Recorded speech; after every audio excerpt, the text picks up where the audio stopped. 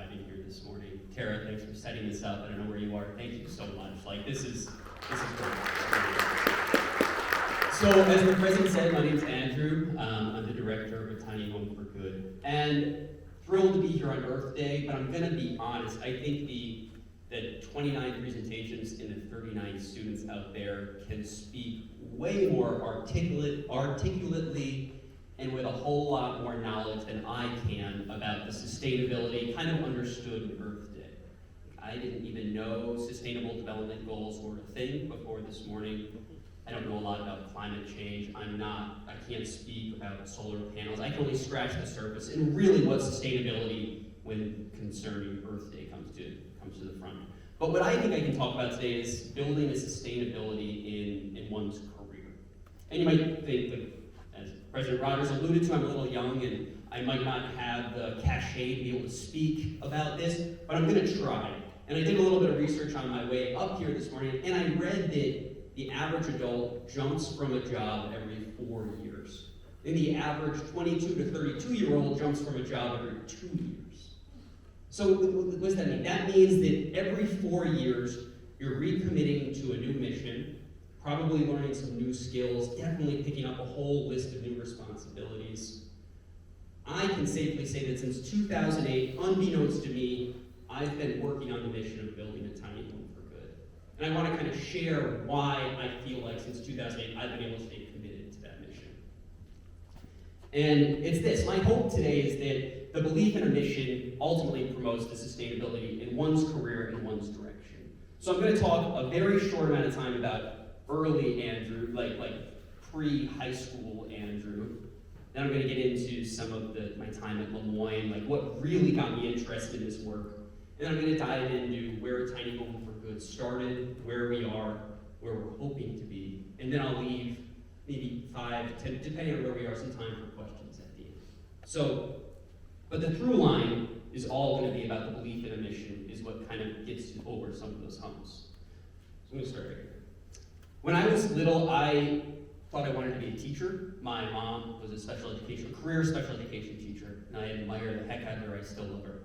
And I thought that I wanted to follow in her footsteps and be a teacher. And as I was approaching graduation from high school, started applying to places, but I only applied to a couple schools, and unfortunately, not so unfortunately, but at the time, I was rejected from all of them, right? So I looked around and saw all my friends that, going off to cool places, and I had to come to this point, like, okay, what the heck am I going to do now? So I looked around and tried to find places where I'd be able to maybe pursue teaching at a teaching light, right? So I found the program called City Year. It's an organization that connects young people with inner city schools around the country. And I ended up moving to Cleveland, Ohio, and working in an elementary school. I was a tutor and a substitute teacher in the special education department of that school. And it kicked the hell out of me. I had such a hard time, and after the year, it became abundantly apparent that teaching wasn't for me. I didn't have the patience or the belief that I was good at it. That made it very clear it wasn't for me. But towards the end of my time there, I connected with a local homeless shelter. And I would spend evenings just serving dinner, meeting the men who lived there. And that felt right. So during my time in Cleveland, I applied to a couple schools. Lemoyne at this point accepted me, and so I started at Lemoyne would have been 2008, so y'all can do the math. And at that point, I remembered what happened in Cleveland that felt so right to me. And it was spending that time at the shelter right around the corner from where I lived. So I quickly reached out in the city to see if there's other places that might welcome a young kid just to come and spend some time there. And I was connected with this place. It's no longer here, it's since been knocked down for a number of good reasons, but this is called the Oxford Street Inn. The Oxford Street Inn was a shelter in the city of Syracuse for 115 men facing homelessness. Super bare bones. It's nothing more than a bunch of beds, there's some laundry machines, and if people donate sandwiches, there's sandwiches. And what struck me about this place was that anyone was welcome. Didn't matter the condition, didn't matter if they were drunk, if they were high, if they were on their too many meds, if they were off all their meds. This place welcomed them. And I was incredibly drawn to that. So I started just going down there, spending time picking out sandwiches, started a little writing group. And before I realized it, I was spending 3-4 nights a week down there. And when I was a sophomore, the staff asked me if I wanted to be a part of the staff there. So as a sophomore in college, I started working at nights at this shelter, just learning more and more about the issues that those who grew up very different from myself face on a daily basis. And it got me ruminating more and more about my interests and my skills and what I care a lot about. I still hadn't formed like a set of beliefs yet, but I was slowly kind of developing this interest in homelessness and thinking about how I could be a part of it. So a piece of this work that drove me crazy was the fact that we had to help people move out. Now that sounds like it should be a good thing, right? It sounds like they get out of the shelter system, they're moving on to a great place, but every single move out ended the same way, right? This is how it goes. Someone would come up to me and say, Andrew, I'm moving out this evening, can you help me pack up my things? And for moving someone out of the shelter, it's really easy. There's just a couple bags and that's it. But what I thought should have been a celebration, right? Like this idea that someone's moving out of the shelter into their own housing was met with, at best, this sense of apathy. So everyone would leave, this is just like, all right, see you later. And sure enough, in a matter of months or weeks, the same people would be coming back to the shelter looking for a bed. This was, and I didn't understand. I started blaming the men at the shelter for coming back, thinking like, oh, they didn't want to pay rent, or they wanted to be closer to the drugs and to the bad things that were around the shelter. And it wasn't until I had an opportunity to join my friend Barry at the place he was moving into that it became abundantly clear why for so many men they made their way back to the shelter. So one evening I was working at the shelter, got to know Barry really well, and Barry asked me if I could help him move to the new apartment that he found. Thrilled, absolutely. So we threw his couple belongings in my truck, drove downtown, and the apartment that he found was above this really, really seedy bar, like tiny little windows that just stretched back for as far as the eye could see. And we started walking to the apartment, and you could smell it before we got there. Right? You could smell like the humanity and the urine and the mouse trappings. And you open the door, and we looked up this dark, dank stairs with broken steps, and walked up it, and got to his room. Don't get me wrong, I built tiny homes. This room was a closet, right? And it had a mattress and a dresser with no drawers. I remember that so clearly. And dropped his stuff there. I asked him how much he was paid. He was paid $450 a month for this room with shared bathrooms and a shared kitchen. Went back to the shelter. 4 hours later, Barry called me and said he wanted to come back to the shelter. So I hate to use the term light bulb moment or aha moment because I feel like it gets thrown around, but I remember that so clearly that I was like, of course Barry doesn't want to live there. Of course so many of the men who leave the shelter don't want to live in the places that they can afford. Right? So I started thinking, like, what's it going to take? What's it going to take to get someone out of the shelter permanently? And for many, it's a matter of finding somewhere that makes sense for them. Somewhere that's their own, where there's no roommate situations, that's small, that's simple. And I started ruminating on a tiny home for good. I started thinking how we could build tiny homes on vacant lots in the city of Syracuse and rent them at an affordable rate to men coming out of the shelter system. And we share this idea with Barry, with other friends, and it just made sense. So in 2014, I founded the organization, going to condense a bunch into one slide right here. I was able to raise some money because I was able to articulate the problem and why a tiny home for good could be a solution. Super excited about it. And we had the money, we had the organization back in 2014, ready to rock. But I was met with a very significant roadblock that started really testing my beliefs. So the city and the county both said, you can build wherever you want. We have all this vacant land, we'll give you a piece of property, provided that you get neighborhood approval. Right, so I remember there's this graph, right? There's excitement over here, and there's number of times that I knocked on neighbors' porches over here. The very first time I knocked on neighbors' porches to share about our work, I probably looked like I was today. Like super stoked to be sharing about a tiny home for good, about what I thought was going to be a solution to ending homelessness.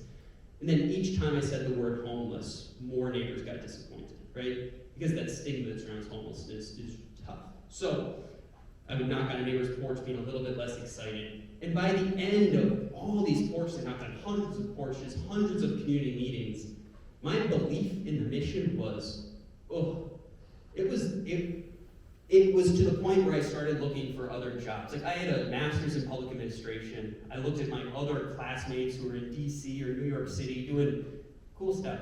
I was like, I could be doing that too, right? I could not be trying to struggle through this pipe dream trying to make this thing work. that belief in the mission that a tiny home for good could be an answer to homelessness was waning like crazy.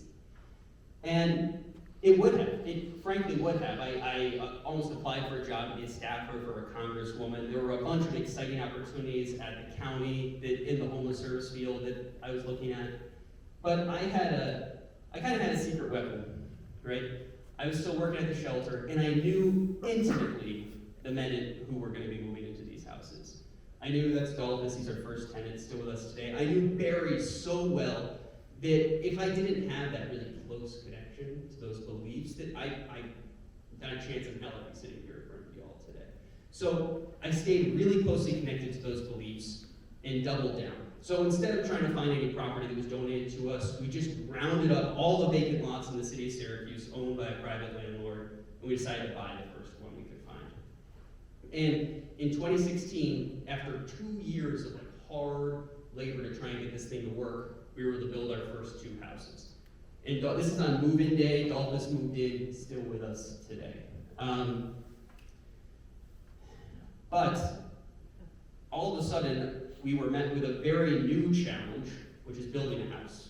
Right? Like for 2.5 years, I was under the impression that I wasn't even thinking about the very tangible act that we had to put these houses up.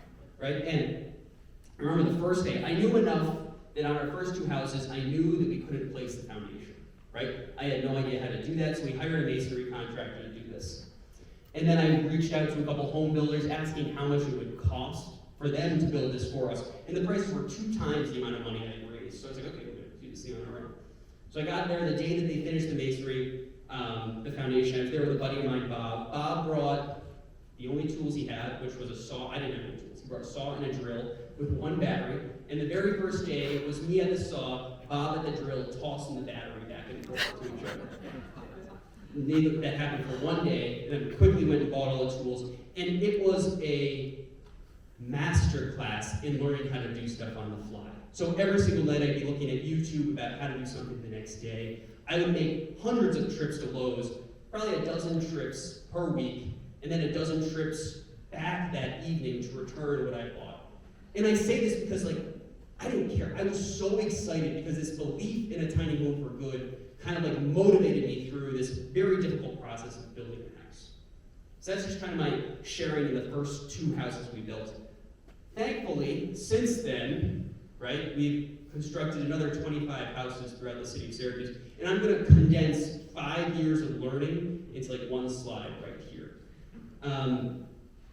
The process of construction is something that can be repeated, and we have thankfully been able to establish subcontractors, material lists, processes in order to build better so that I'm not constantly running to Lowe's and not returning stuff at the end of the day. We've built a team that can help me to grow, frankly. So we have carpenters on staff, we have case managers, our director of development's here today. In 5 years, we've figured out how to do this better. But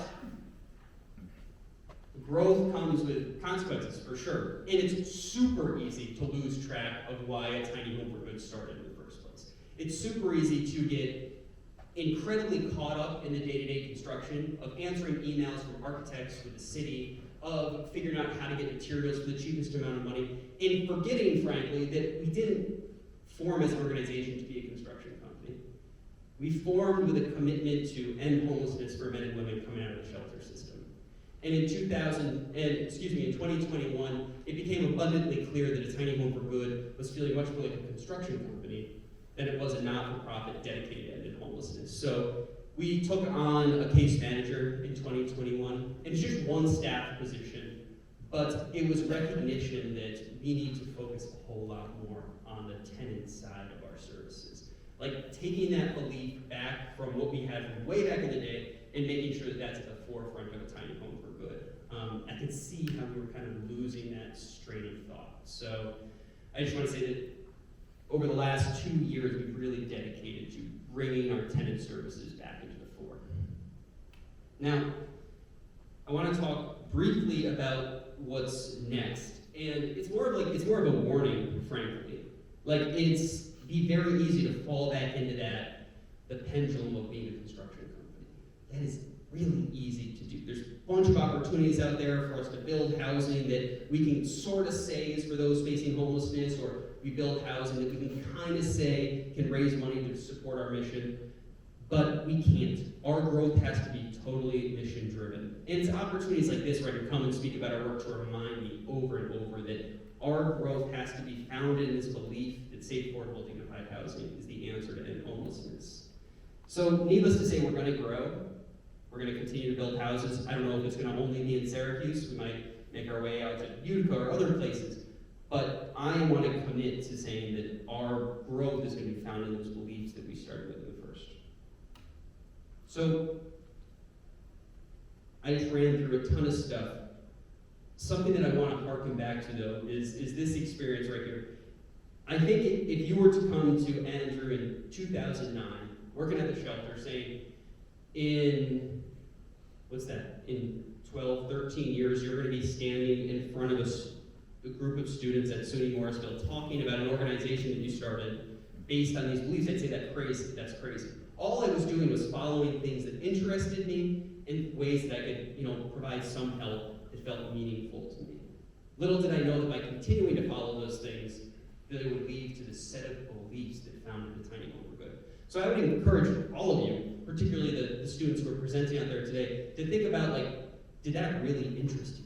Were those things that you found powerful, that you were excited to go home and study and work on? And if so, I would continue to see how that could be active after you graduate, or active when you go on to your next course. I think that that's what we need to do to continue to build these beliefs, and it's going to get you through the hard part. It totally is. So that's what I got for today. I feel like because I ran through a bunch, there should be a lot of questions that people have, and I'd be happy to answer questions about a Tiny Home for Good, about how we started, where we're going, but I'll open it up to the floor.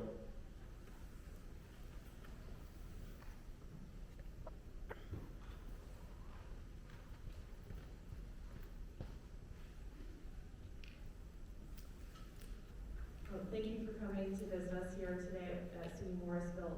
I'm a faculty member, and I just think your mission is great, but if you're going to give some advice to college students, you told your story.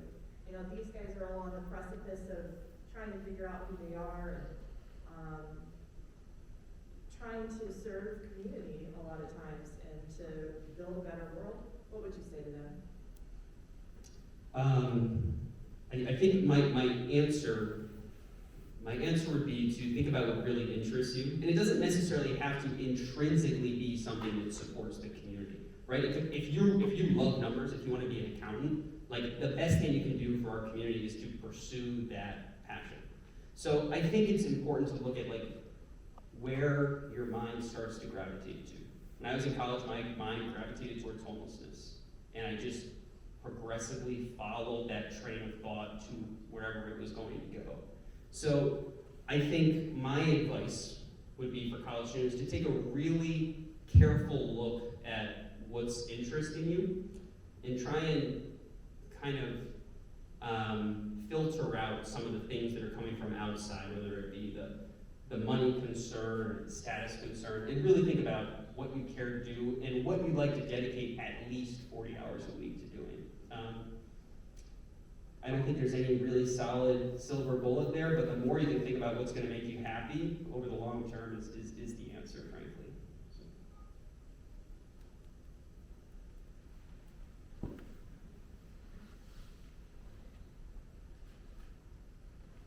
Hi, thanks so much for talking to us. This is just awesome. I'm here from the high school, locally at Morrisville, and I have a bunch of agriculture students here in our FFA organization.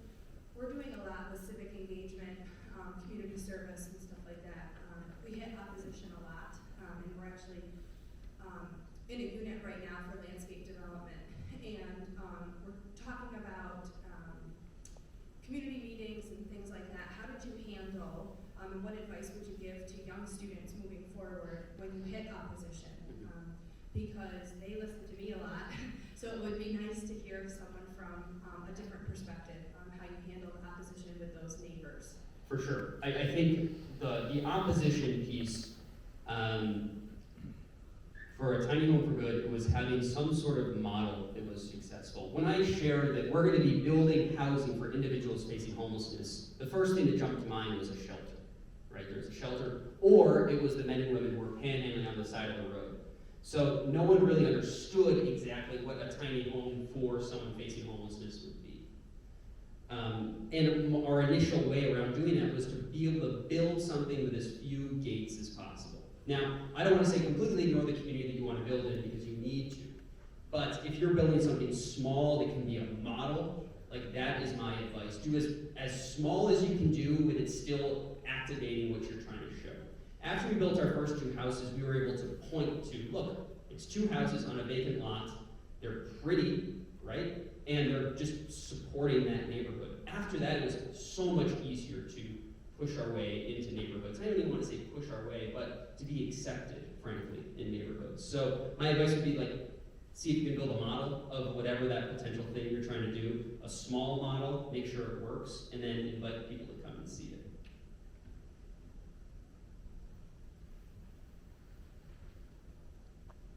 Hey, so I got a question about the housing. So how do you get the funding and stuff to be able to build houses? Yeah, it's a great question. The initial funding, and a part of my job all the time, is to be speaking and engaging potential donors in our work. So for the first 2 years, I was speaking at a church every Sunday. I was speaking at Rotary clubs every evening, sharing about our mission, sharing about why it would work. And that got the first couple houses off the ground. Since then, as we've grown, people want to be a part. And that means foundations that support small not-for-profits want to be a part, companies that want to have some good PR, want to be a part. So we slowly started reaching out to different companies that could support our work, different foundations that might financially give. So there was those little things.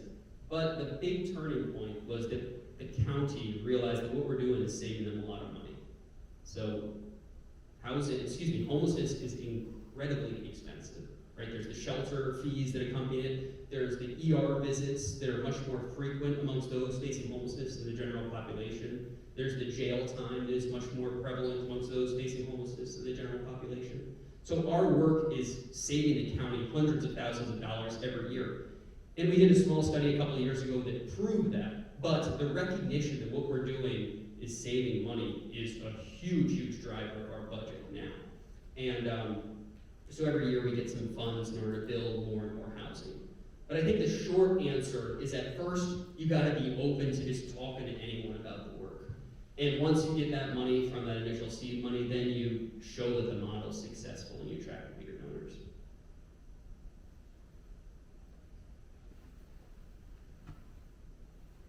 Do you work in tangent with any other organizations to help the people that you're helping, and what would those be, and what kind of services do they provide? Yeah, sorry, that's a great question. We do work in tangent mostly with the case management side of things. So most of our tenants come from shelters or from rehab facilities who often have case management that accompany them, which is really, really helpful for our side of things. Something that I realized once we had a significant inventory is that the housing alone isn't going to keep the people from, maybe going back to the drugs or the alcohol or getting off their medications. We had to have kind of consistent support, invite them into a community that would really encourage people to want to be in our housing. And having those partners in case management is really helpful in making that happen. But unfortunately, there's not a lot of organizations that do the construction or really look at housing for the super, super affordable. There's the Habitat for Humanities and a couple other organizations in Syracuse that look at that socioeconomic class as a step above those facing homelessness. We're really providing housing for the poorest of the poor in the city, and there is unfortunately not any other organization doing that. Sure. I'm just gonna wait till the end. Okay. So how do you decide where to put your houses? I know you look for vacant land, but how do you ensure you're close to bus stops, you're not in food deserts and things of that sort? Right. The beauty of building in a city, right? I think it'd be a lot harder if we wanted to start a tiny home out here. But the beauty of building in the city of Syracuse is most things are on a bus route, right? You are likely within distance of food. Well, the bigger issue is food deserts. Syracuse has done a pretty good job in kind of getting grocery stores in places that really make sense and are close to our housing. But frankly, like, our desire to build is strong enough that we really won't say no to a lot of parcels. And the need is so evident. We have a very significant wait list. We have lots of people knocking on our door for housing, that there are very few lots that I would say no to just because of how important the work really is. And the final piece on that is that a lot of our tenants have case managers that are open to spending time coming and visiting and making sure that the needs are being met. So even if they don't have as much transportation support as, you know, many of us do because we have vehicles, we really make a point to be right there ready for them. Yeah.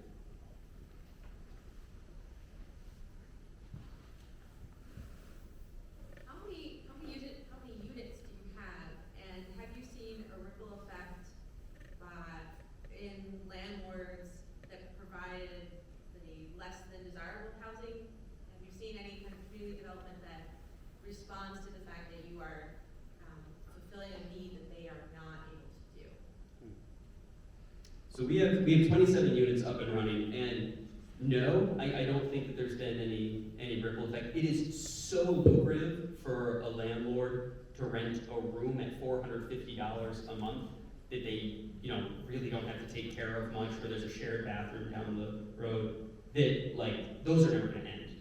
Those are never gonna end. I think the more, you know, housing that we can build that is a replacement to those ones, like, it'd be great if we could put those landlords out of business. Like, that would be ultimately the goal of the tiny home for good.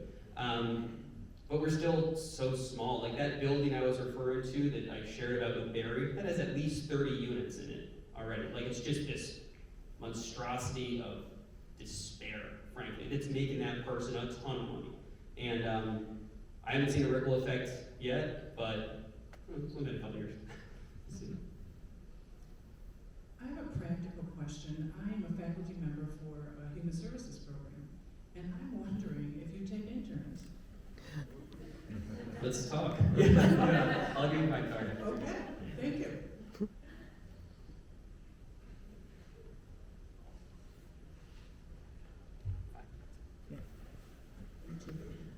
I'm Barbara Roback from the Office of Career Services, and I'd like to thank you so much for sharing your story. And certainly, being in the position I am, I love the narrative, and I hope you all really follow Andrew's path.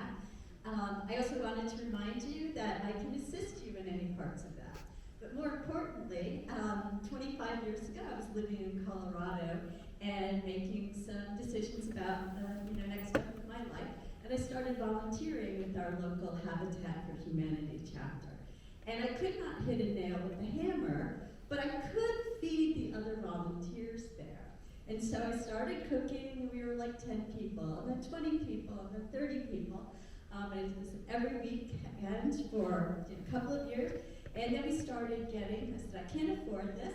And we started connecting with local businesses who then donated for our food. So fast forward, and at the same time, I was working with the homeowners on career exploration, even though at that time I wasn't in the field. So that experience led me to getting involved in career advising, and my love of feeding people to this day, making sure that food insecurity gets gone, continues in the work that I do with our Phi Theta Kappa Honor Society and Food Drive, and helping the on-campus food pantry. So even though that is not part of my full life, doing what I'm doing, it's shaped what my life is now. Yeah.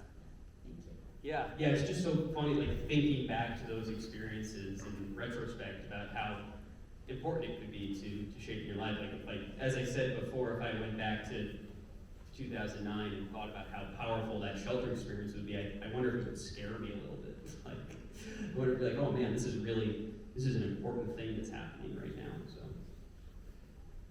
My name is Justine Cameron. I'm a student in the architecture program here. And I'm just wondering, how did you determine an efficient design for each unit, and is each unit identical? Right, so the question was, how did we determine an efficient design and if each unit is identical? No, the first houses that we built are dramatically different from what we build now. And for two reasons. One, resident feedback, and second, I just got better at building a house. I just got better at knowing the materials it takes to make houses efficient, to make them safe, to make them durable. So our houses, while I'm proud of all of them, what we build now is significantly better in terms of quality and I think long-term support for our tenants. But the initial houses were designed by an architect who was supporting our work, and he was a friend of the organization and drew up some plans, and in the spirit of getting this thing done, we just did it. And we have since adjusted it, and we're tweaking it every single time we build. Hi, I have a question for you. So after the houses are built, how does the maintenance proceed from there? Do you pay the property taxes, utilities, upkeep, maintenance, that sort of thing? And then what happens if the tenant leaves for some reason, if they move, pass away, or whatever? How does that all work? Sure, I'll back up a little bit. Each tenant signs a lease agreement. It's a very simple one-year lease, and they pay rent based on their income. So those who are collecting Social Security, it's 30% of that total. Everyone else pays $350 a month. A tiny home for good covers utilities for the first year, and then if a tenant renews their lease agreement, they pick up the utilities afterwards. So that's kind of how our operations go. And that money, well, it's very far from market rate. It covers taxes, insurance, utilities, and the maintenance that is required on the houses. But that falls on our shoulders to